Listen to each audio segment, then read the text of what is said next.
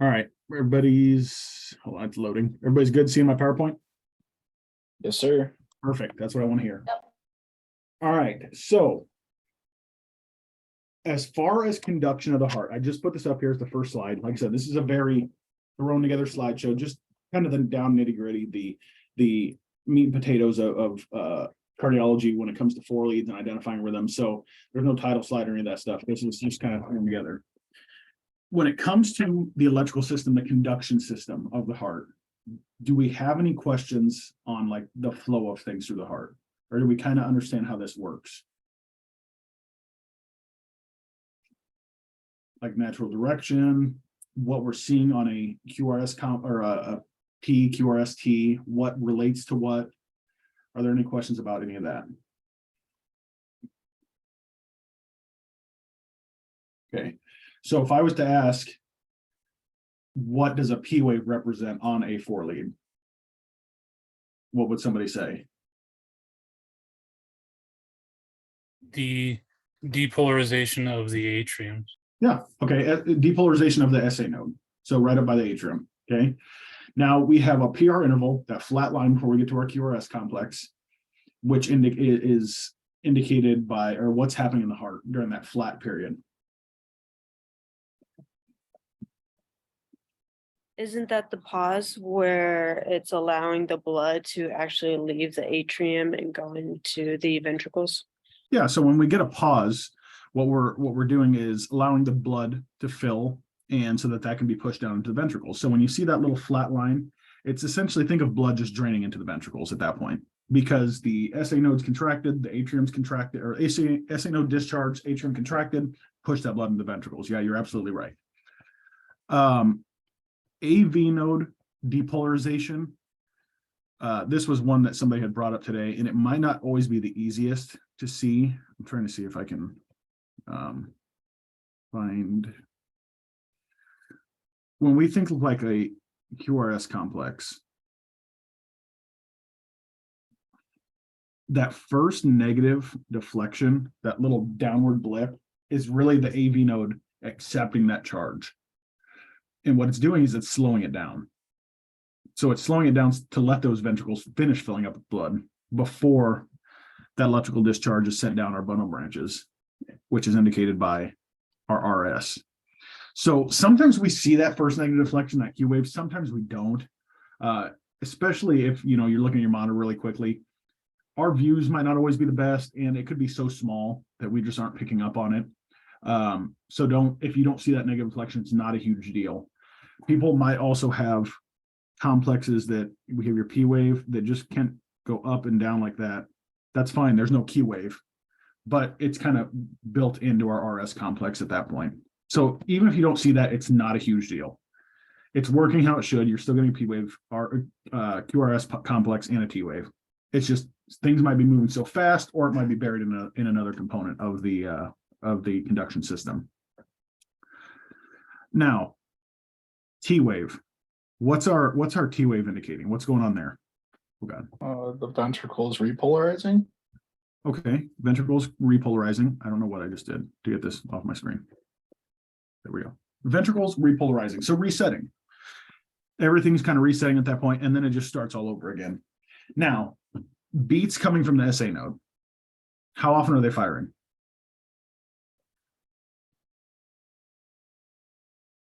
60 to 100. 60 to 100 times a minute. Okay. Now, anything below that is obviously going to fire slower. I always say the lower in the heart, the slower it is. So what would our AV node fire at then? 40 to 60. Okay, 40 to 60. And what about our bundle branches, ventricles, Purkinje fibers area? 20 to 40. 40. 20 to 40. Now, that's not saying if you have somebody with a heart rate of 30, oh, it's automatically from the ventricles. No, it's just saying that is its own firing rate. If things go south, let's just say my SA node quits working, my AV node takes over. In normal rhythm, it's going to fire 40 to 60. Now, it could fire faster trying to compensate, absolutely, but we just won't see a P wave. That's a junctional rhythm. It'll look just like a normal complex, just without a P wave, because we don't have that SA node firing. As opposed to a ventricular rhythm, which is going to be kind of wide and nasty. Ventricular rhythms are really going to be the only ones that are wide. SA node firing is narrow, AV node firing is narrow. Ventricular firing is the only one that's going to be big and wide. And I've got examples of those rhythms coming up. So everybody seems kind of on board with this. So I'm happy about that.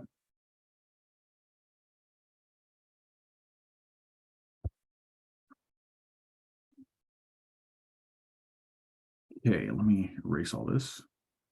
Clear all the drawings. Okay, when it comes to EKG paper, one big box is comprised of 5 boxes up and 5 boxes across. Now, remember, vertical boxes, so when we're going up and down, indicate distance of something. So 1 millimeter, 2 millimeter, 3, 4, 5. Each one of those small boxes is going to be 1 millimeter. So why that's important is when we start looking at 12 leads, and I'm looking at a certain point on here, and this line down here is baseline.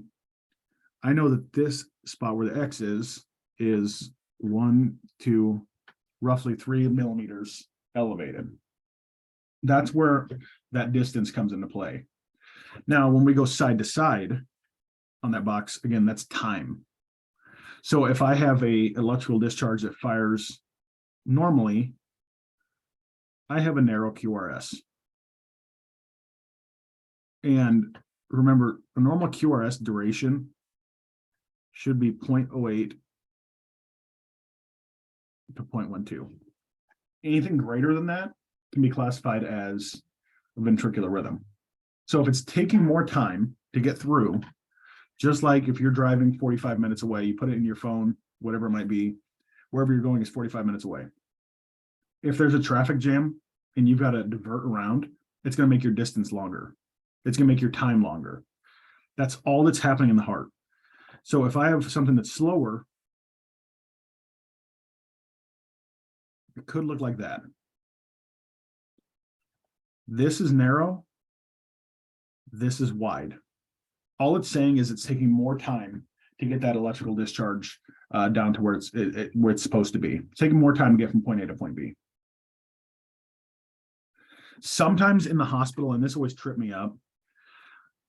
So if I say 0.12, that also equals 120. Like on some hospital 12 leads or 4 leads or whatever it might be, you might see numbers like that. It's just how the machine is set up. 0.12 equals 120. So 0.12 is seconds, 120 is milliseconds. 0.08 would be 80. That's not a huge deal, just as long as we know what normal durations are, what normal limits are of everything within the complex itself. QRS 0.08 to 0.12, PR interval 0.12 to 0.20. Now, if it's shorter than 0.08, I don't care. Width is what I'm worried about. I'm worried about, is it wider than 0.12? I honestly don't care if it's one small box wide. It doesn't bother me. That just means the conduction system is really fast. Everybody good on this aspect? Yes, sir. Okay, moving on.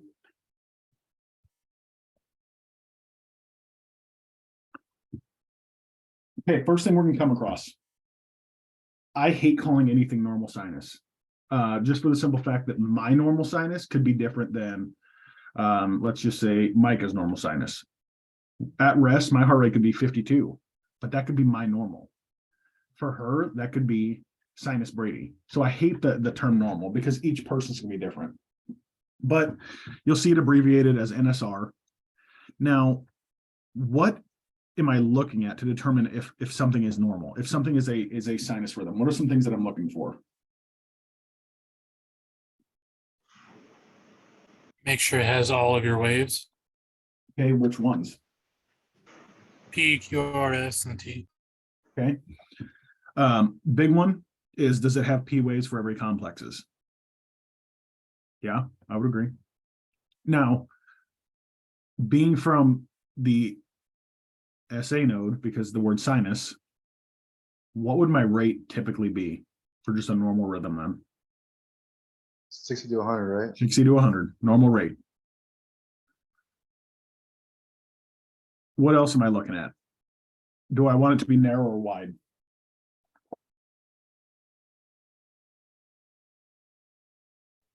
Narrow. Narrow.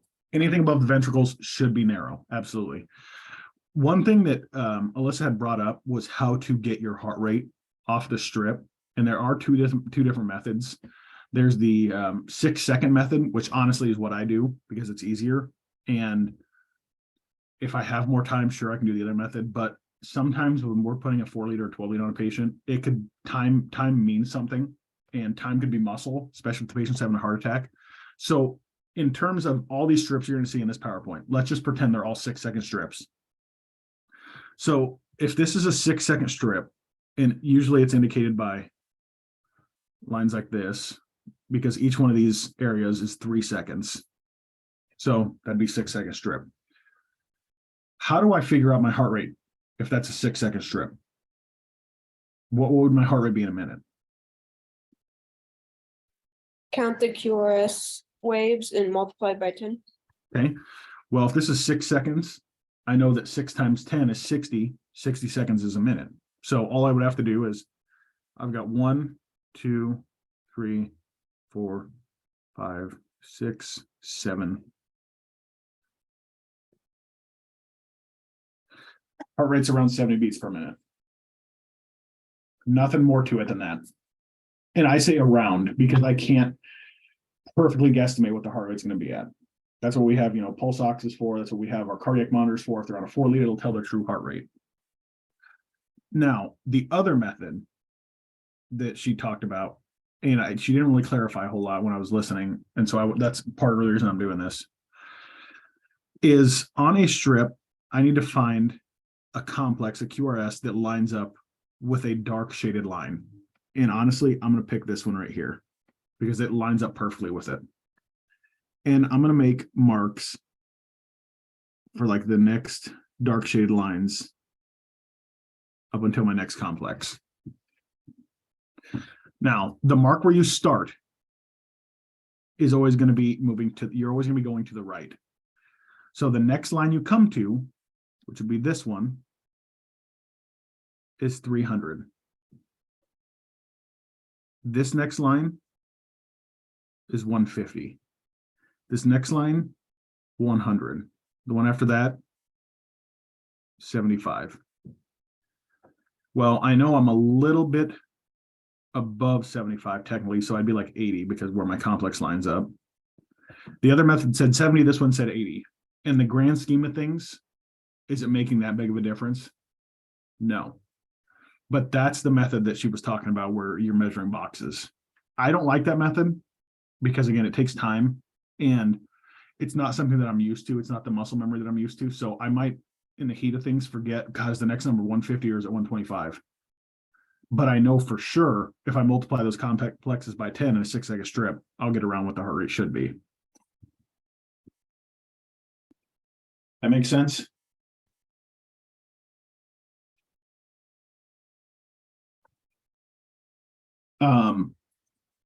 Now, when I talk about regularity, is it regular or irregular? What am I measuring? R to R interval. Okay, R to R interval. So let's mark these two. Is my distance between those two the same as the distance between these two? And I'm not saying be precise. I'm not saying count little boxes. But if you were to eyeball that, would you say it's pretty close? Yeah, absolutely it is. So I've got a regular rhythm that is narrow. Heart rate is 70, and it has a P wave for every complex. That's all I'm looking at to identify the rhythm. If I do those steps with every rhythm, I can figure out what it is. That's how they classify this as a normal sinus rhythm. Regularity, rate, all the components of a sinus rhythm. So your P wave, because it has to have a P wave to be sinus, and is a narrow complex. Simple things that we do very quickly the more we look at them. And I know it seems like I draw that out, but again, it's just making sure everybody understands why we do it that way and what we're truly looking at. So again, 6-second strip, I can see the lines up at the top actually indicating it is 6 seconds. What's my heart rate for this one?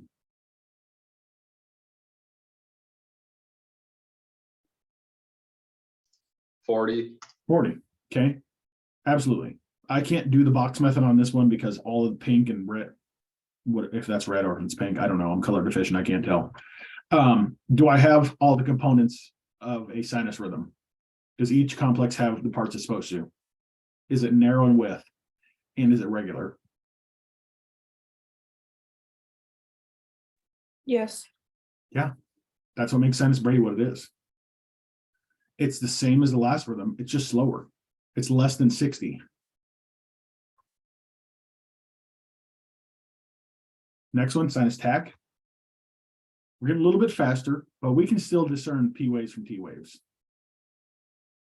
What's rate for this guy?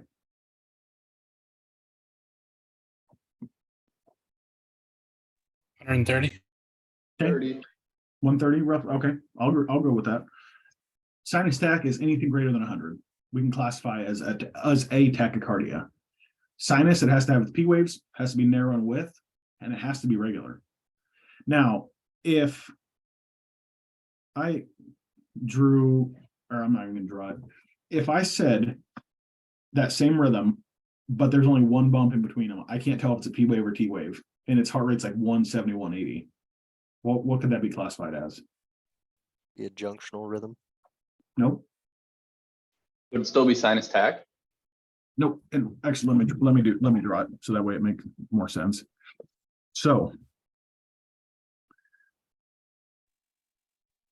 SVT. who said that? That is a horrible example of it. But when it's moving so fast that you can't tell what this is that a P wave or is that a T wave? I don't know. It's moving too fast for me to tell. It's not saying the P wave's absent, but that's what we classify as SVT. It's not based off rate. It's just based off the fact, can I see a P wave from a T wave? That's it. It could be 140. It could be 150. But can I tell if that's a P wave or a T wave? So literally it would be like the same rhythm, but instead of 2 lumps, you've got 1. I'm not sure if that's a T wave or a P wave. So I'm going to call it SVT. That's the only difference in sinus tach and SVT, is unable to discern if that's a P wave or T wave. Sinus tach, we generally don't treat. Sinus tach is a compensation method for something. Somebody that's dehydrated, somebody that's exercising, somebody that's has caffeine, somebody that's a smoker. SVT generally is what we call a dysrhythmia. That means that something is not working in the heart correctly. It's firing too fast. So we try to have them vagal down if they're stable. We try adenosine if they're stable. If they're unstable, that's when we cardiovert them. We try and reset the heart, like a control delete, to try and get the electrical system to restart. Stable patients get medicine, unstable get Edison. That's ACLS all day long.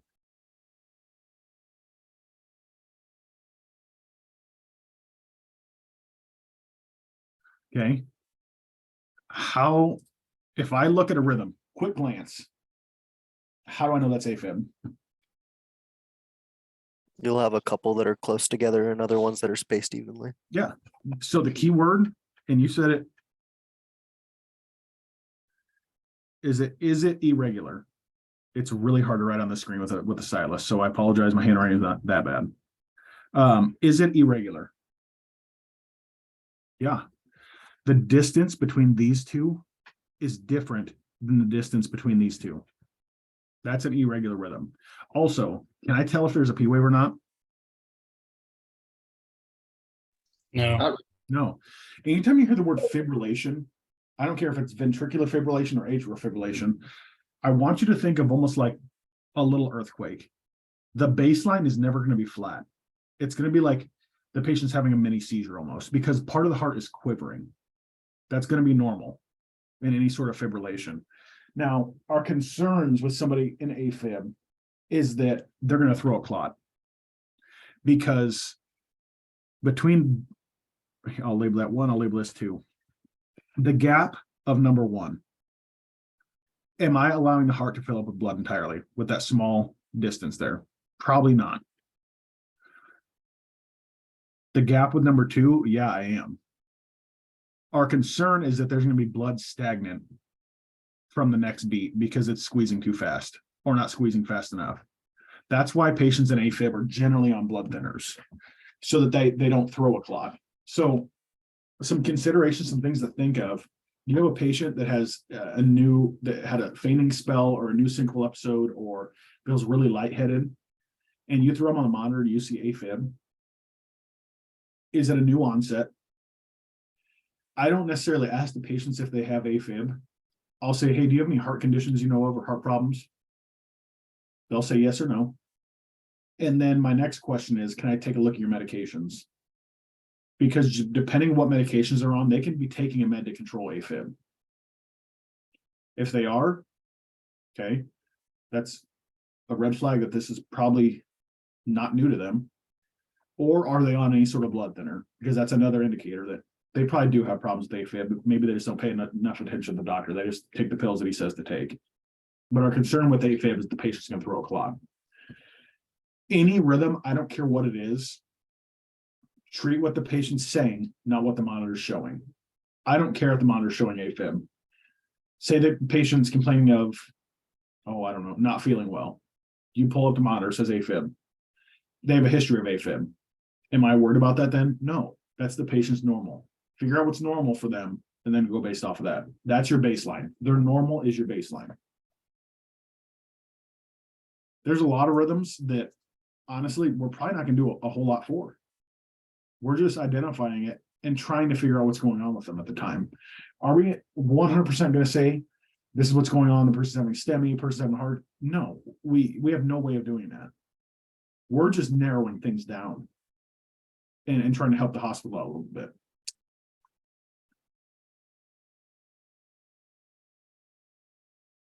A flutter is one that, again, easily identifiable. First time you see it, you'll say it's a flutter. Why? What things am I looking for to determine that's a flutter? And notice these all have narrow complexes. Everything is still narrow up to this point. But what is something I'm looking at to say that's a flutter? That's a flutter. It's regular. Okay, I'm regular. What else? With no P or identifiable P or T waves. Okay, no identifiable P or T waves. They're almost like flutter waves is what they're called. And textbook will say they're called sawtooth waves. So they look like the teeth of a saw. Some people will say shark fin waves. I don't care, whatever you want to call it. Now, to dive even further into that, there's different types of a flutter. And when I say it, this will kind of make sense with you looking at the screen. If I looked at that and said, hey, that is 4-to-1 conduction, a flutter, what am I referring to?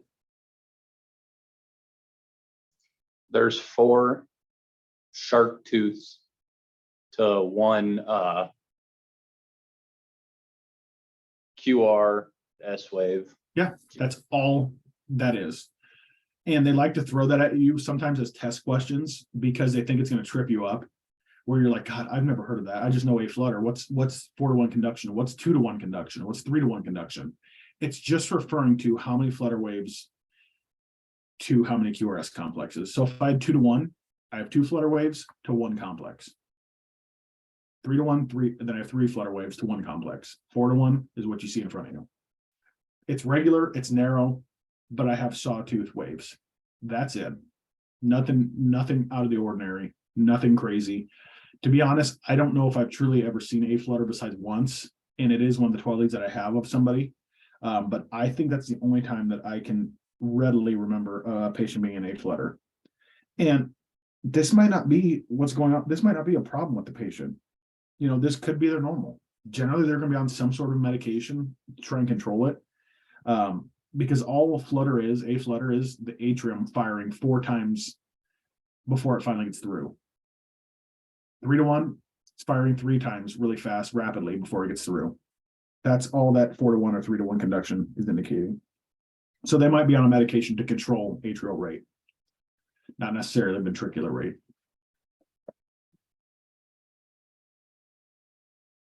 Now, this is when we get out of the sinus area. Imagine the SA node is gone. SA node of the heart is not functioning anymore at all.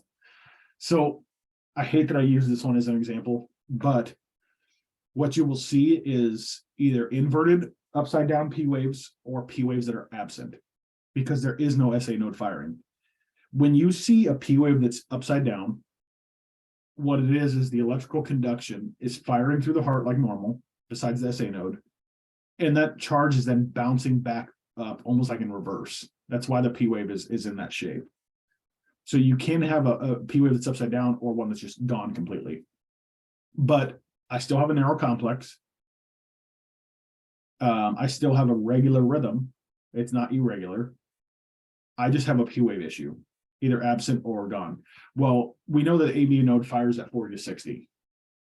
AV node is also called AV junction, hence the name junctional rhythm. If that fires at 40 to 60, what's my heart rate here?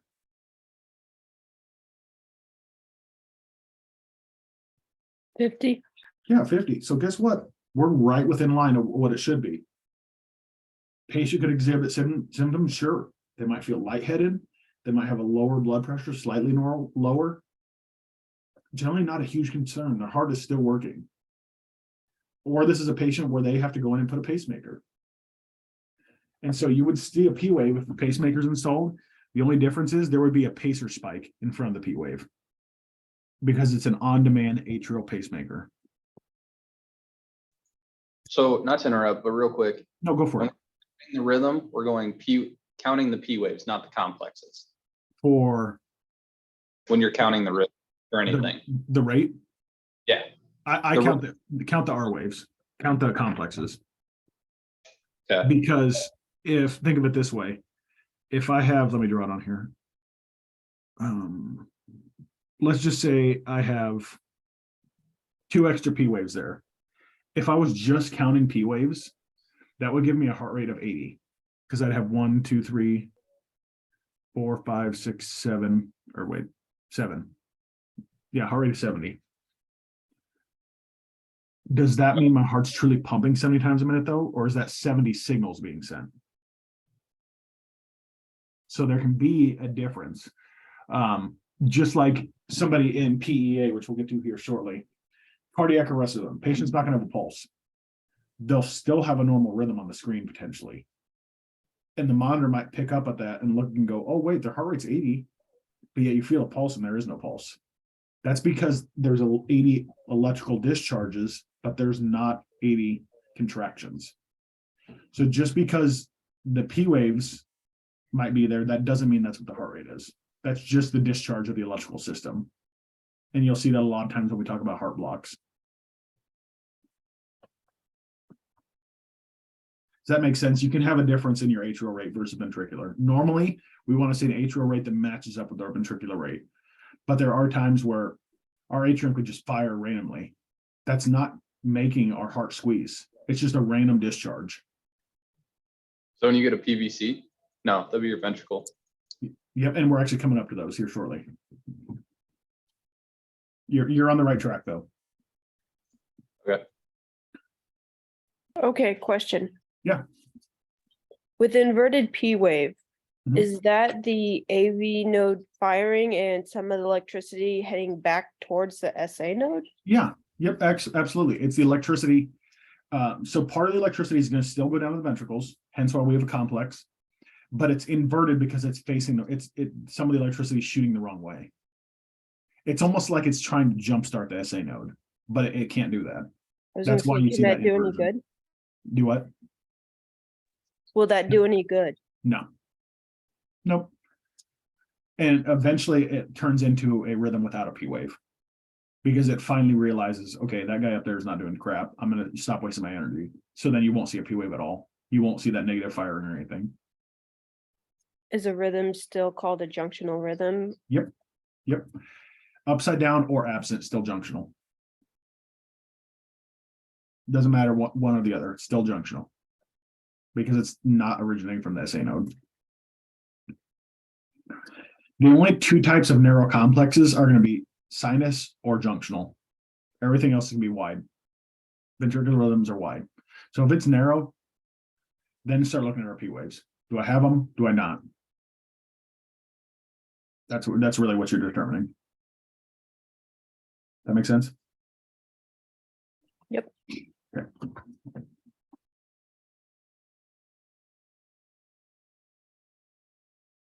Okay, AV junction fires 40 to 60, we determined that. Say this is a 6-second strip. P wave is still inverted, so we know it's sending electricity the wrong way up towards the SA node. It's kind of bouncing around, think of like a bouncy ball. What would my rate be for this? 100. Okay, is that outside of the normal for a junction for your AV junction? Yes.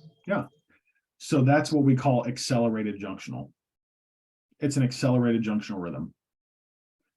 Anything above 100 with a junctional rhythm would be junctional tachycardia. So anything above 100 is going to be tachycardic. Anything between 60 and 100 is going to be accelerated, only with junctional rhythms. That always confused the hell out of me, to be honest. So even to this day, like in the field, I still call it junctional tach, because if it's faster than 60, that's still tacky for the junctional, for your AV junction.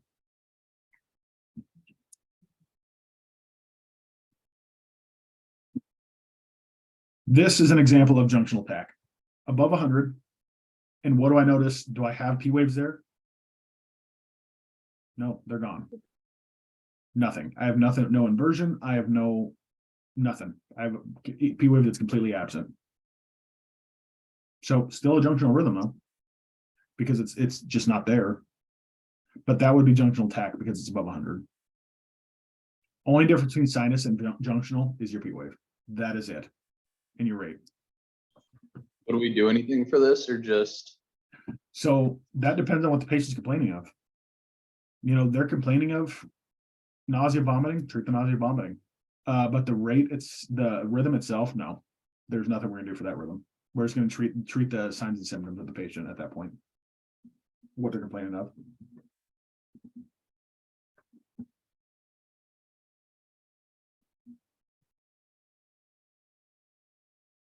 Okay, so SA nodes failed, AV nodes failed. We only have one pacemaker left in the heart, which is our ventricles, the bottom of the heart. We know that that fires at what? 20 to 40. Heart rate here is 40. Is this narrow or wide? Is that complex narrow or wide? Wide. Yeah. It's over 0.20, way over 0.20. It's huge. That's a ventricular rhythm. We call it idioventricular because idiopathic or idio is of unknown origin, is what that word means. If you call it a ventricular rhythm, you're fine with that because that's what it is. Now, say that this was firing 120 times a minute. What do you think we have then?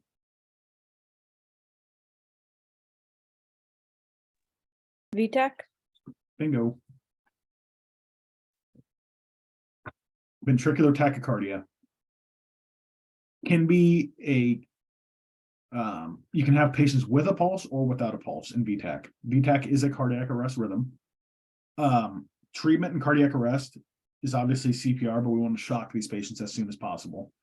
Because patients in any sort of ventricular rhythm in cardiac arrest, their heart is susceptible to electricity.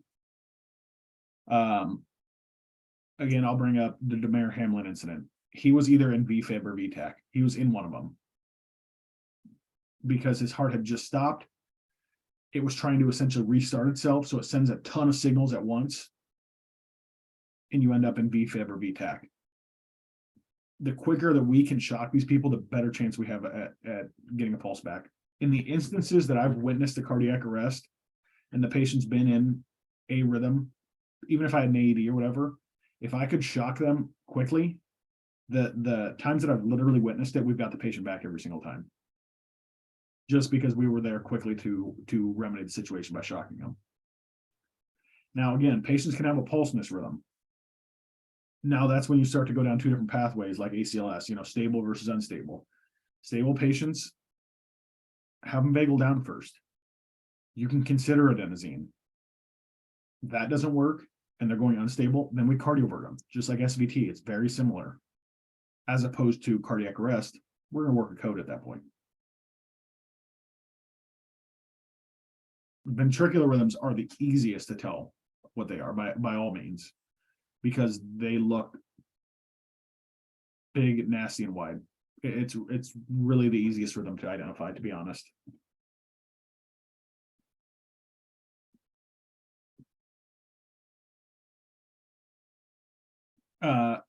Asystole, cardiac standstill, ventricular standstill, whatever you want to call it, is bad. There's nothing we're going to do that in terms of shocking this patient. We cannot deliver electrical charge to this because there's nothing to convert. A lot of people are under the assumption that defibrillating somebody is jump starting them when it's really not. Defibrillation stops the electricity of the heart because we know the heart has its own electrical pump. Our hope is that when we stop the electricity, it'll restart on its own with its own electricity. That's what we're doing with defibrillation. Well, do I have anything to stop an asystole? No, that's why we don't shock it. And then the final cardiac arrest rhythm, if I gave you this and said patient doesn't have a pulse, what is that? PEA. PEA, absolutely. Patient's heart rate could show on a monitor, but maybe there was a change in sudden status. Maybe, patient had a significant bleed, because you got to think the electrical system of the heart is still working. The mechanical portion is shut down. This could be a patient from severe trauma. This could be from, again, massive hemorrhaging. They've lost all the blood to pump around, so their body has lost the fuel, so the muscles aren't functioning at all. A AAA would be a good example where you'd see somebody in PEA. Also, electrolyte imbalances can cause PEA as well. We don't shock PEA and we don't shock asystole.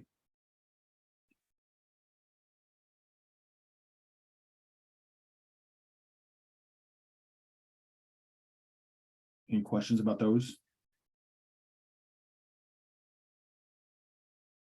Or any clarification needed on those? And when we get to ACLS, we cover these nonstop. So don't freak out because we haven't even been to ACLS yet. I have a fast question. Yeah, go for it. So just to clarify, the only difference between idioventricular, that rhythm and the V tach is the rate? Yep. Okay. Yep. Still wide. Yep. Absolutely. What is this last one called? PEA, pulseless electrical activity.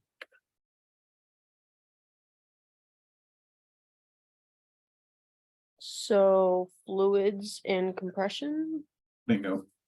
And drugs. When we get to ACLS and cardiac arrest drugs, epinephrine, a lot of times in cardiac arrest, like VFib, VTAC, we'll give amiodarone or lidocaine because it is an anti-dysrhythmic. We're trying to convert the rhythm. But in asystole and PEA, we have nothing to convert.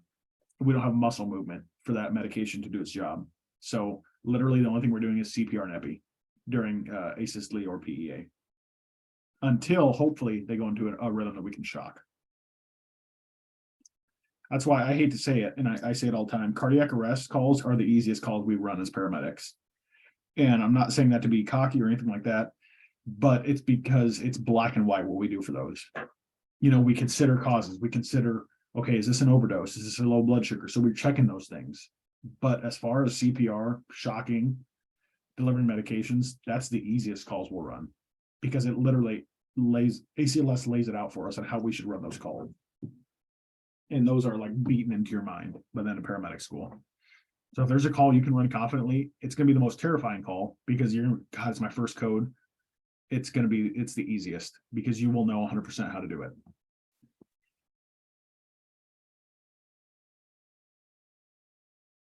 Any questions about cardiac arrest?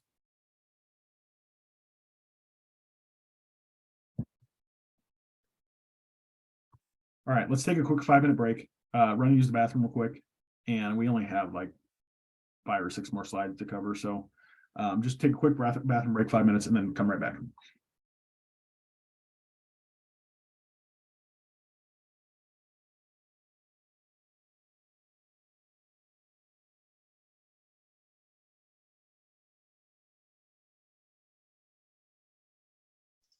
Hey Rudy, are you still sitting at your desk?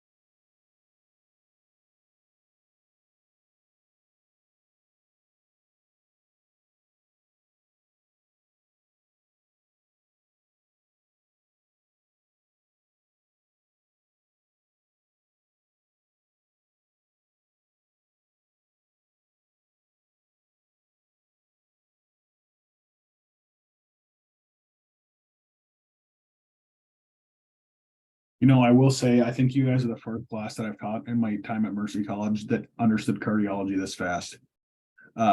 Usually it's not till the end of 7 weeks that I honestly have to go back through basic stuff with them. And then I feel kind of like I've been talking over their head. So I'm actually super impressed.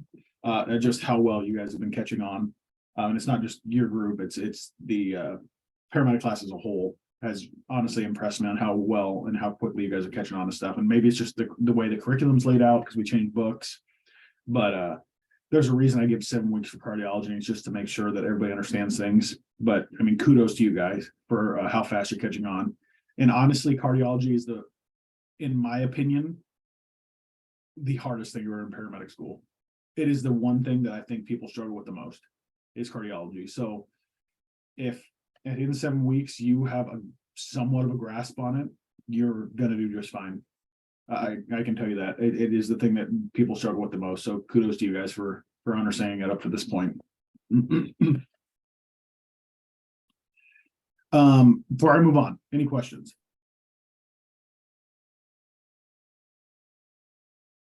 Like I said, it can be anything you can type in the chat. I don't care. Just as long as you're getting anything you have out. That way I can try to address it for you. If not, I'm gonna keep moving. And he says something like, "I'll fuck you up," and this, that. I go, All right, so I didn't talk about this with him yet. I guess in terms of cardiac arrest. and then he tried to It get was, out of it. And then Eddie's like, "Man, you said you were gonna do something." If I have the heart that's, how am I saying this? Having a seizure, quivering, fibrillating was the key word. Think of AFib. What's that mean about the baseline again? What did we notice about the baseline in AFib? You don't really have a baseline, right? Right, because it's kind of quivering all over the place, right? That's what VFib is. It's just that constant quivering of a baseline. It's just unorganized chaos. That's all VFib is. It doesn't matter if it looks like that's on the screen, or if it looks like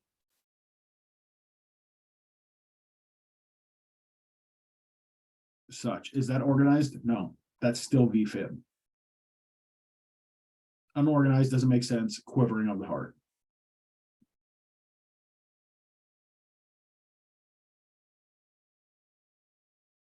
Now, if I was to put VFib and VTAC side by side, this is what it would look like. So those are actually real rhythms, if I'm not mistaken, of a patient. Figure A is obviously going to be our VTAC, ventricular tachycardia. Figure B is going to be our VFib, ventricular fibrillation of the quivering of the baseline. Both shockable cardiac arrest rhythms. Anytime we see that rhythm, patient doesn't have a pulse, we should be shocking that, defibrillating it. In conjunction with some other things, but that comes with ACLS. So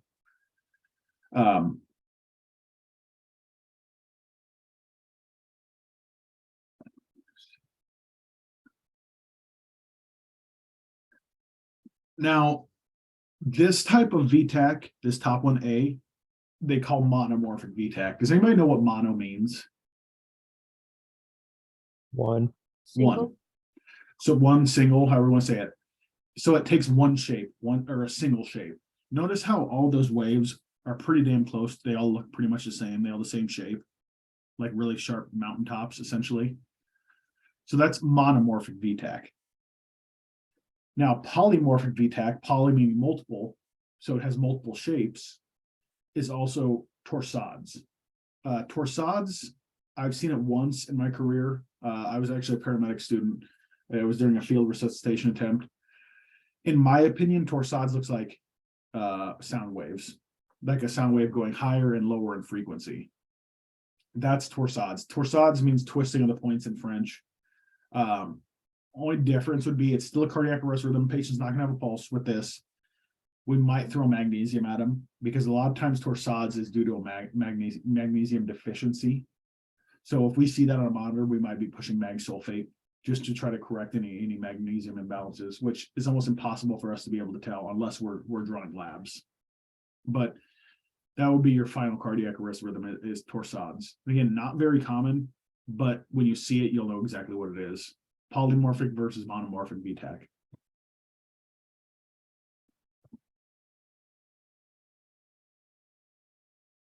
All right. I can't remember who brought up a premature beat earlier, and I said we were going to get to it. So we have PACs, we have PJCs, and we have PBCs. Think of all sections of the heart. Things that come early from the SA node are PACs. It's a premature atrial complex. Things that come early from the AV junction are PJCs, junctional complex, and things that come early from the ventricles are PVCs. So if I look at this, could I technically classify that as an irregular rhythm?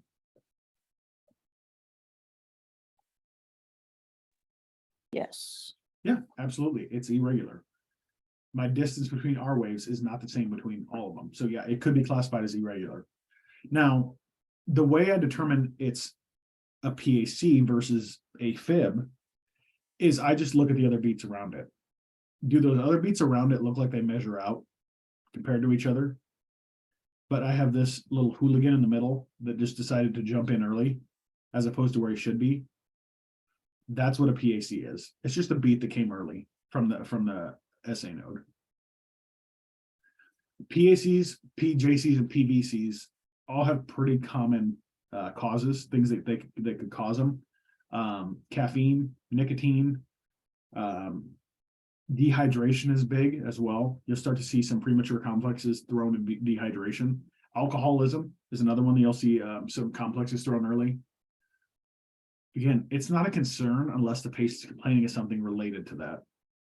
Treat what they're complaining of, not what you're seeing. But this is also time if I'm seeing this on monitor, I might be asking them, hey, do you have any cardiac problems? Because I'm trying to, again, not definitively say something's wrong, but trying to rule some stuff out at that point. It does have a P wave, makes it atrial, versus a premature junctional complex. Every single one of those beats has a P wave besides one. So that beat came from the AV node, AV junction, because it doesn't have a P wave. All the other R intervals are normal. Besides this one, it's short because it came early. Does that make sense?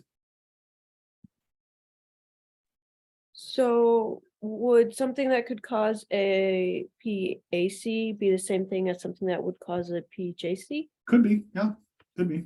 It could also be just a electrical problem within the heart. You know, it could be a pathway or like some sort of electrical issue as to why something's firing the way it shouldn't. So, but yeah, a lot of the causes could be the same. If you've ever heard the term ablation, sometimes they'll do an ablation, which is cutting out certain parts of tissue. If the patients are in certain rhythms, they can do an ablation to reduce the amount of electricity, or they'll do an ablation and put like a pacemaker in. I can't say a PVC or a PAC or a PJC would be an example of why they would do an ablation, but could it be? Yeah, if they're happening frequently.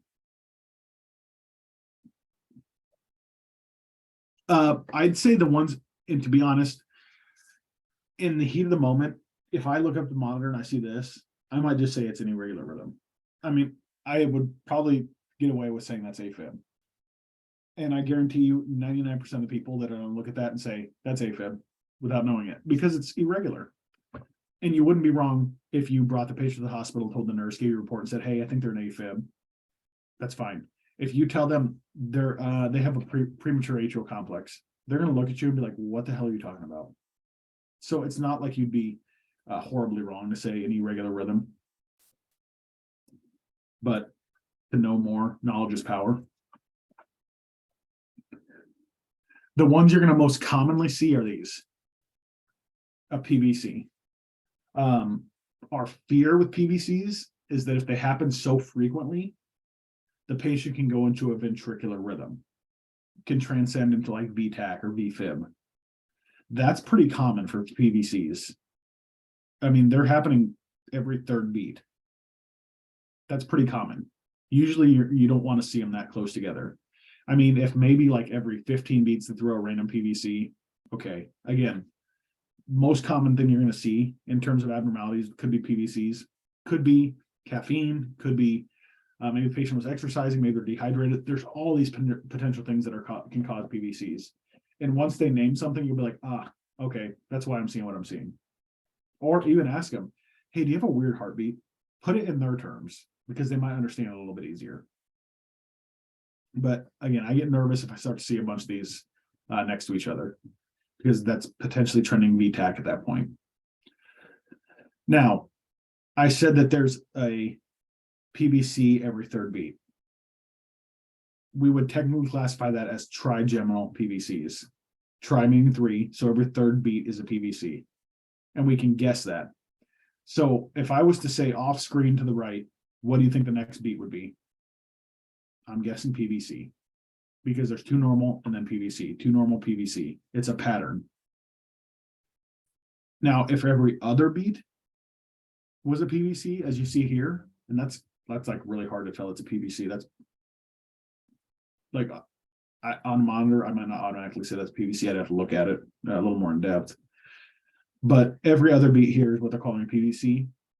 That's a bigeminal. Bi meaning 2. So every second beat is a PVC versus trigeminal, which is going to be every third beat is a PVC. Now, if I had 2 PVCs side by side, what would you call that?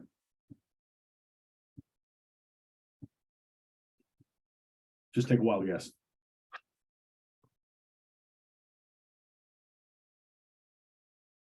Two PVCs right side by side.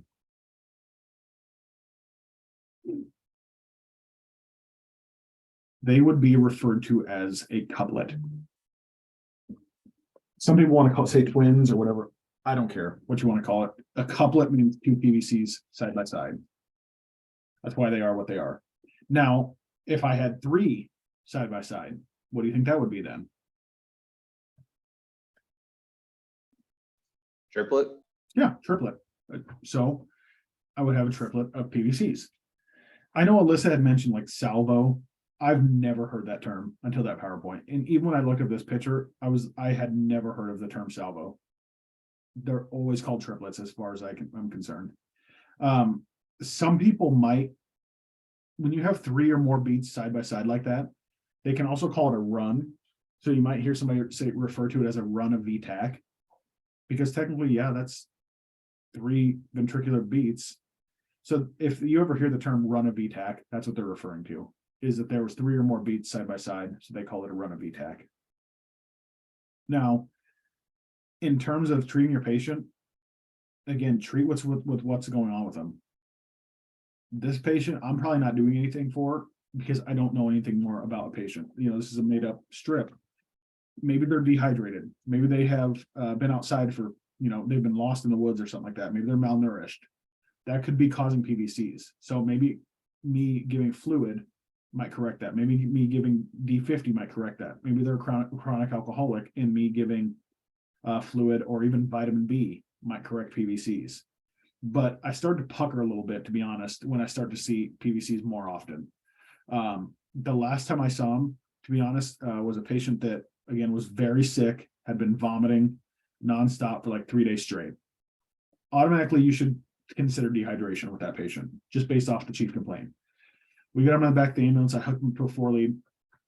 I looked at it and I was seeing pretty similar to what you see on your screen here. I yelled to my partner, I was like, hey, let's get to the hospital a little bit quicker. I started giving the guy fluid to try and correct his fluid imbalance. PVCs actually went away with the fluid after a little bit of time. Was I super concerned? Slightly. But in the back of my mind, I also knew, okay, well, dehydration is going to cause this. So this is kind of expected. Just some things to consider. If they went into full-blown VTAC, depends. Are they stable or unstable? That's where I was saying black and white treatment.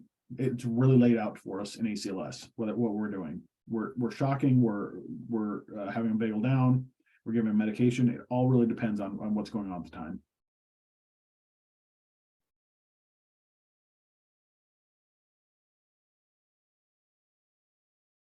All right. Rudy, quick question. Yeah, go for it. That's the end of the slide. So we'll take any questions. With the couplets and triplets, does it ever, it seems like all the slides we've seen so far, all the examples, they're pretty close together with the rate of the couplets and triplets. Is it ever further apart like an idioventricular rhythm?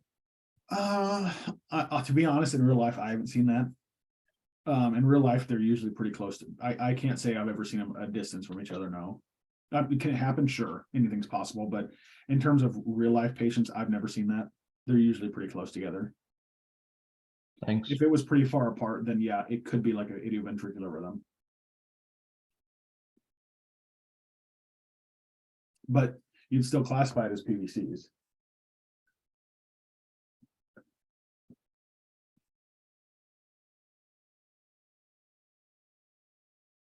That makes sense, or what other questions can I answer for you guys?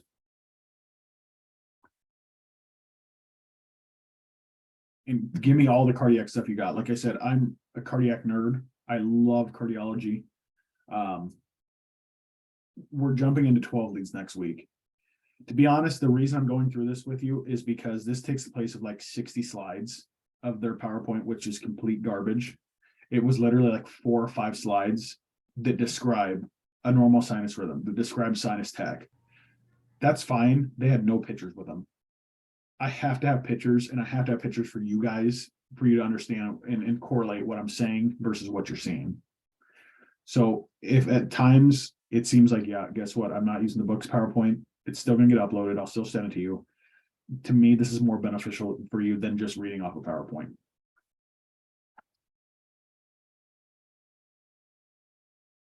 Are you When it able comes to, Go ahead.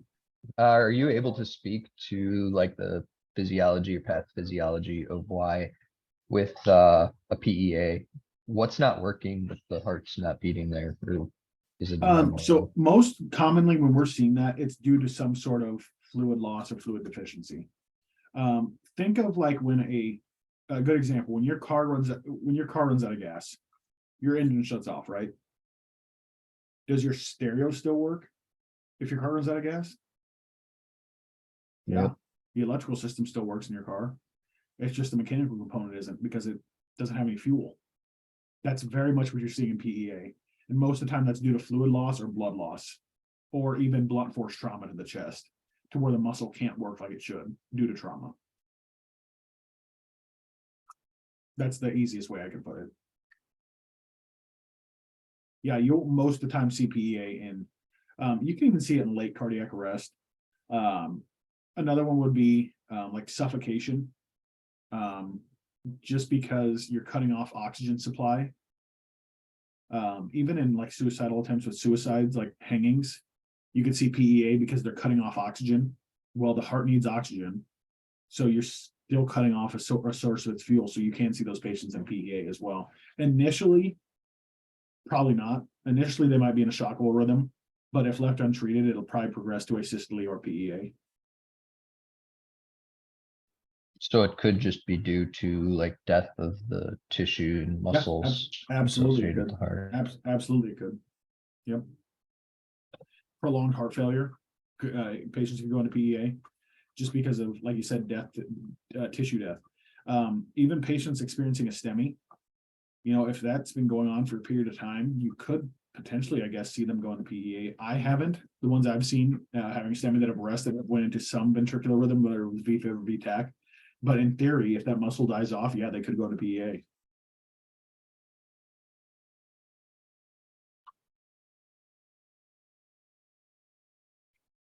What else?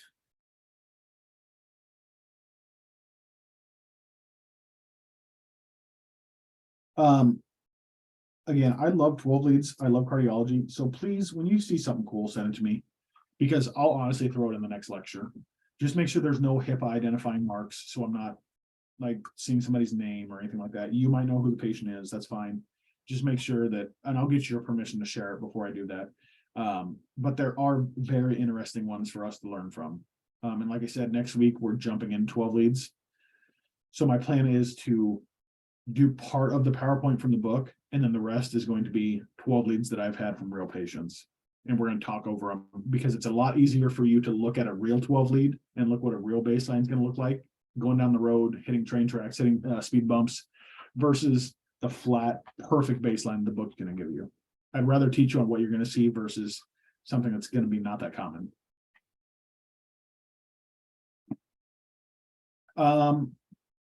If you don't have any questions for me, like I said, this was just to make sure you guys have a grasp. Let me ask you this though. Did anybody feel this was beneficial at all to understand some stuff that Alyssa had talked about?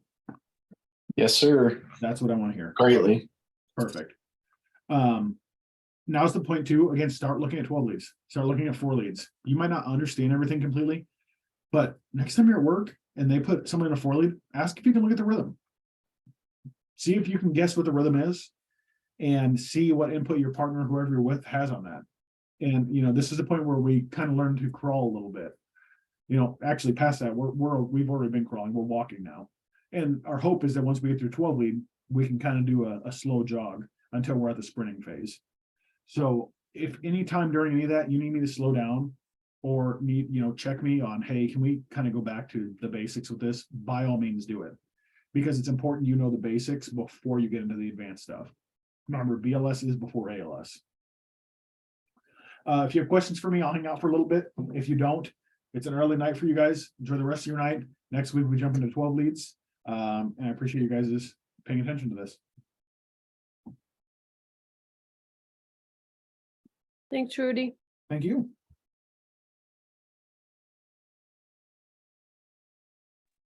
Hey Rudy, I have a question that's off topic.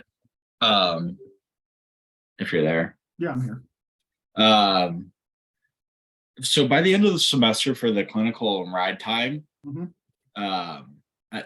I know we have to meet like neonate, how many neonates, child, infants. What if you don't meet that? You don't have to hit all those in first semester. Oh, okay. Or second semester. Those are just what's available. Okay. So like, just as long as you have those done by the end of the program, to be honest, when I grade your clinical and field every semester, I don't look at that you've hit all those units. I have a check sheet that says what units you've been to. But what I'm looking at more is hours and are you working towards completing the hours? You know, Got it. even if you're like 24 hours away, I'm not going to give you an F. You know what I mean? Yeah. You have them scheduled, you're in contact with me. Yeah. Just as long as it's done by the end of the program is my thing. Okay, awesome. Because I feel like especially where I work and live, I feel like just getting 50-year-olds and 70-year-olds nonstop. No, and that's exactly how I was. Okay. It seemed like that was all I got. And so a lot of that stuff, I was getting my hours, but I wasn't having some of the pathologies and competencies. And then third semester, I wouldn't say I had to make it up because I had a lot of the hours, but I was on a volunteer service at the time, and I hate to be this way. I was picking which calls I'd go to just so I could jump on as a paramedic to get that exposure to those certain pathologies. So a lot of them in third semester, I got in the field time. I had all my clinical time knocked out. I had all my hours done. No, maybe not all of them. Maybe there were a couple ICUs and stuff I had to do. But as far as field time, that's where I was focusing on getting a lot of my pathologies and stuff wrapped up. Okay, perfect. So Awesome. I get that aspect 100%. Cool. Okay, because I was stressing out. I was like, how the hell am I gonna get No, I get you, man. I 3 get you. neonates? Perfect. Okay, thanks again for tonight. Yeah, not a problem. Thanks. Hey, Rudy, now I got a question about clinicals. Yeah, go for it.